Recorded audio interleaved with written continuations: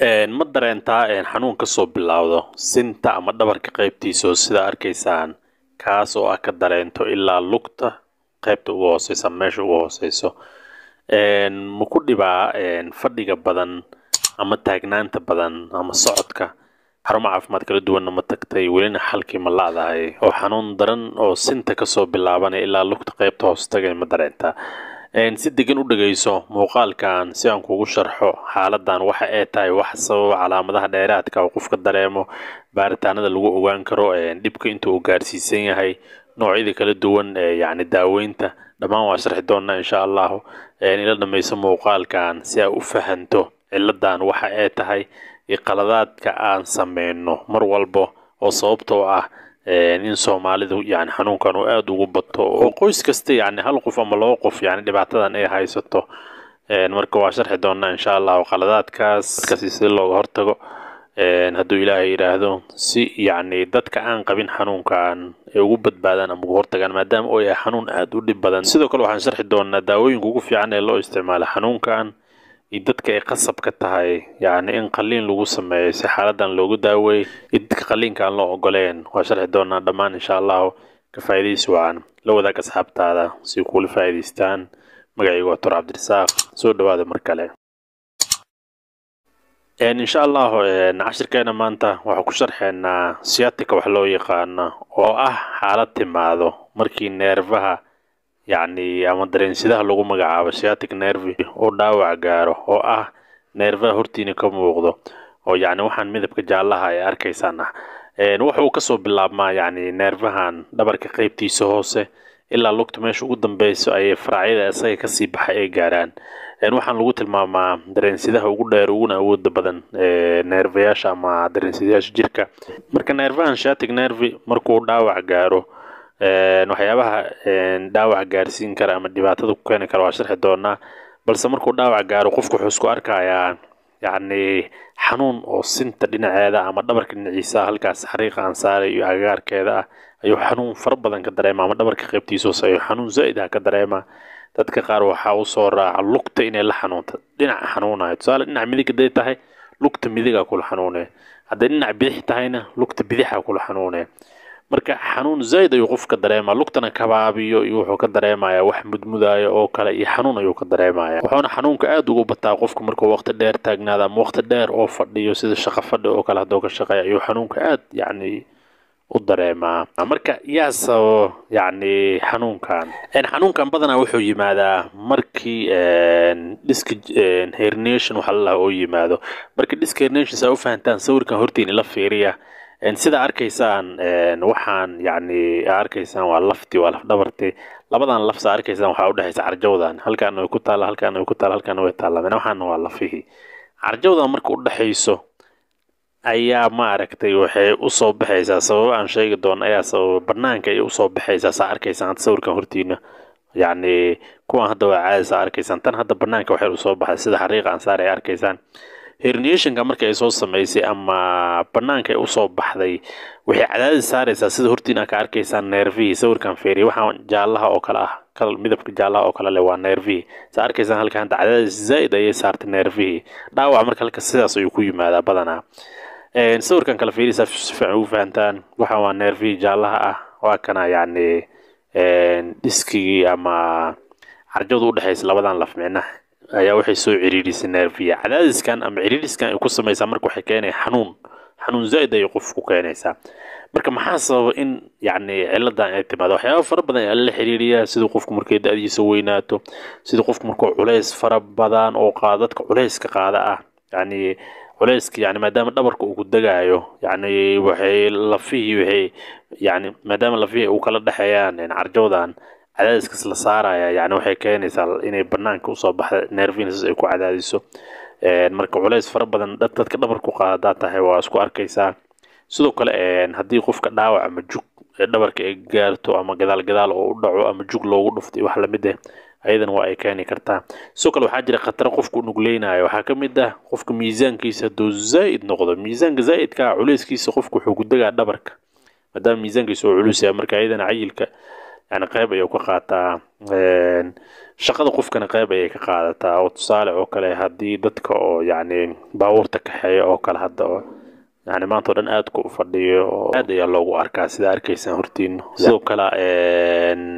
qofka ma aragti sigaarka oo kale qayb ayuu ka qaadan karaa dadka sigaarka cabo oo sida hortiin ka muuqata arkaysaan oxygenkii gaari lahay intervertebral diskiga ama diskigaas gaari lahay ayaa yaraanaya oo sigaarka waxa aad u dhib badan waaye laakiin waa risk factor qayb oo ka qaata sidoo kale hadduu fadhigaada badan yahay shaqada hadday fadhi u badan tahay oo maanta oo dhan aa fadhiso qayb weyn ayay ka qaadataa arrinkan sida hortiin aa ka arkaysaan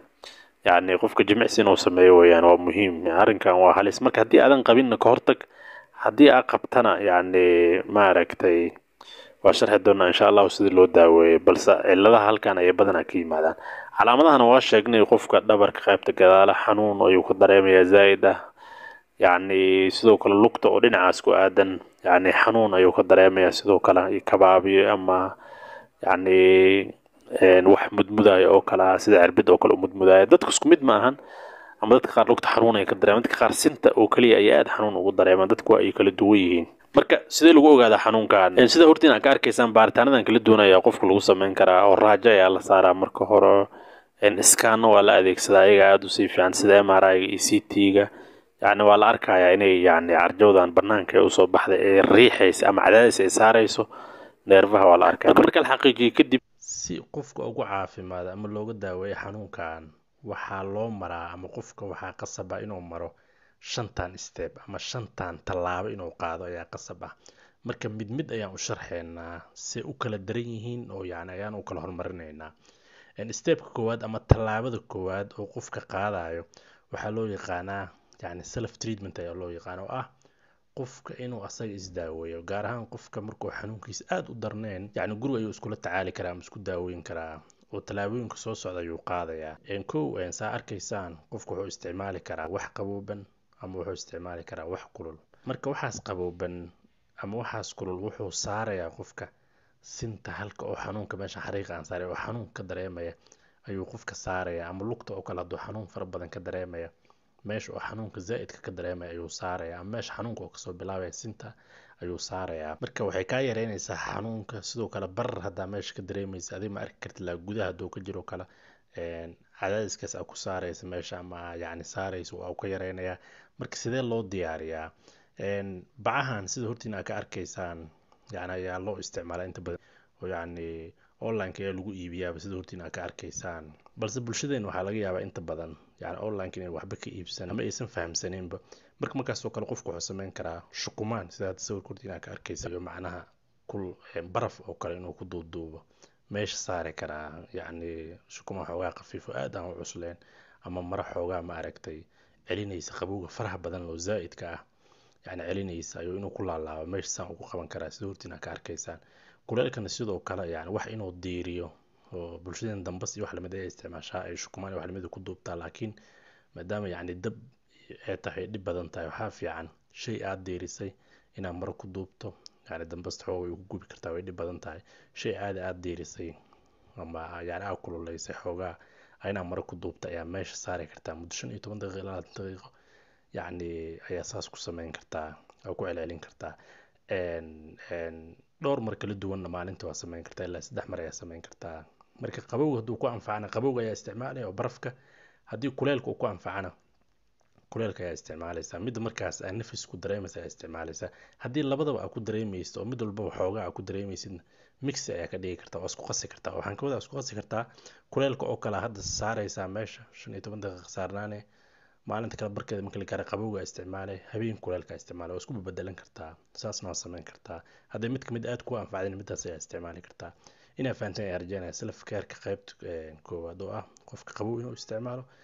ama kuleel inuu isticmaalo weli marka waxaan guda jirnaa step 1 ama tallaabada koowaad ama qaybta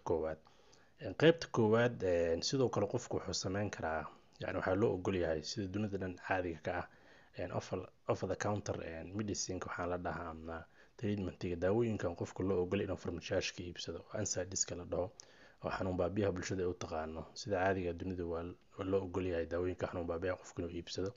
oo sida ibuprofenka iyo diclofenka iyo arkaysan hortiin naproxenka iyo aspirinka daawooyinka hortiin ku qoran mid kamid ah ayuu qofku soo iibsanaya. hadduu gaas qabana daawo gaas ayuu ka hormarinayaa, 3 waqti ayuu isticmaalayaa.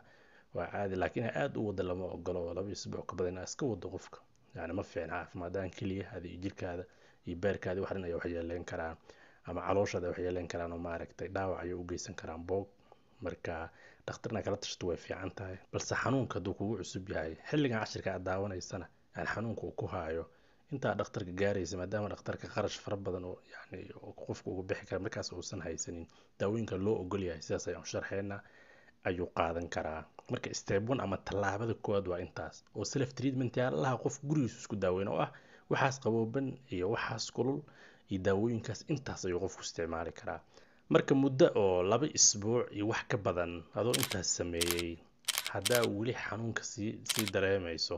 waxaa fiican inaad la xiriirto xirfadla caafimaad. booska sadda aniga ayaa ku jira torta majilaca, aniga ayaa kuu sharxayo yani xirfadla caafimaad wuxuu kuu sameyn lahaa, waxa ugu baahantay macnaha tallaabada labaad aad qaadaysid,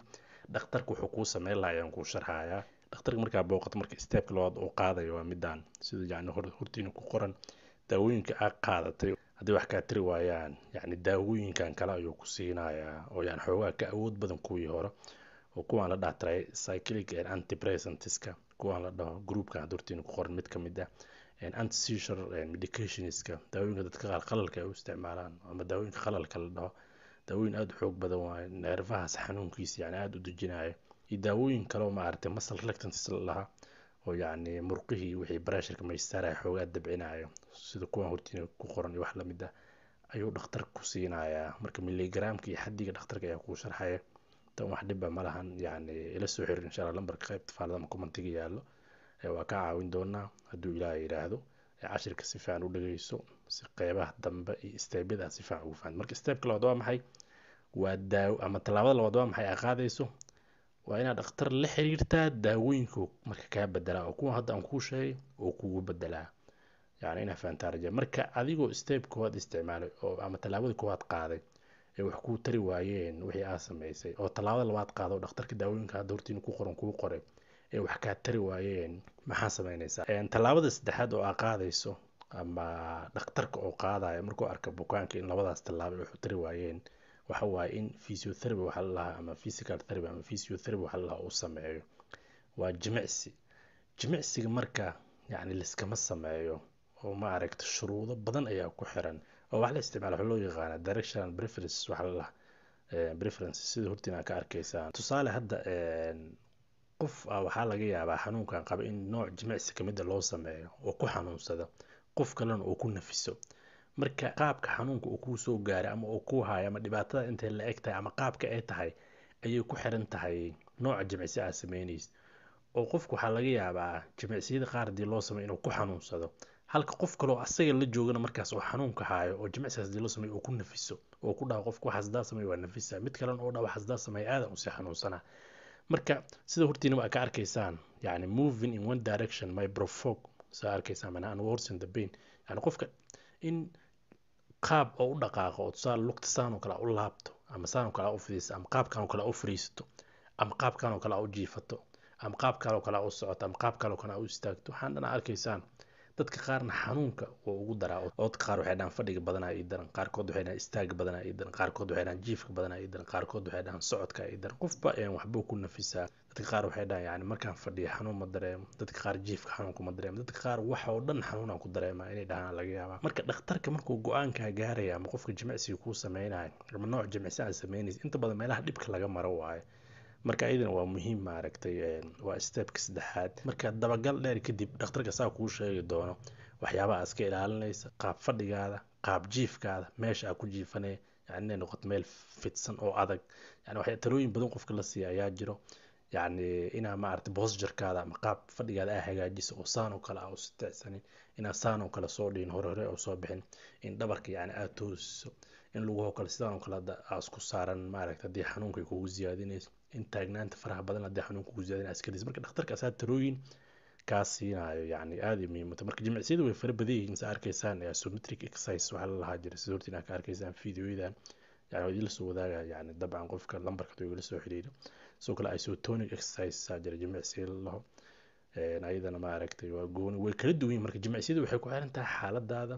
darnaanshaheeda, nooca ay tahay, waxyaabahaas ma aragtay ayaa go-aamay oo xanuunka yacni waxyaabaha sababa ayaa kala duwan. dadka qaar carjowdii ayaa waxay soo riixday neerfihiisa arkaysaan oo disc herniation waxa la dhahaa ama bulge waxa la dhahaa jiro sida hortiin ka arkaysaan. dadka qaar cilada maba haysta cilad kale neerfahooda dhaawacday